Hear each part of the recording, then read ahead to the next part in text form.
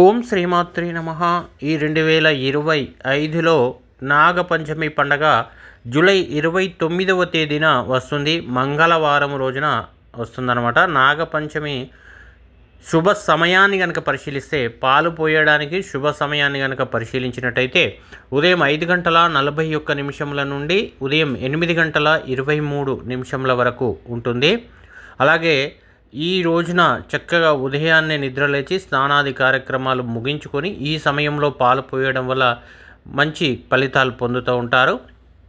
అలాగే ఈ రోజున సర్పదేవతకు అలాగే శివలింగానికి పాలు పోయడానికి రాగి లోహంతో చేసిన పాత్రను మాత్రం ఉపయోగించకూడదని చెప్తున్నారు. ఇత్తడి పాత్రను మాత్రం ఉపయోగించడం మంచి ఫలితాలను ఇస్తుంటుంది. అలాగే పదునైన వస్తువులను ఎక్కడైతే మీరు పాలు పోస్తున్నారో పుట్ట వద్ద కానీ అలాగే దేవాలయ ప్రాంతంలో ఉపయోగించకూడదని కూడా చెప్పబడుతుంది.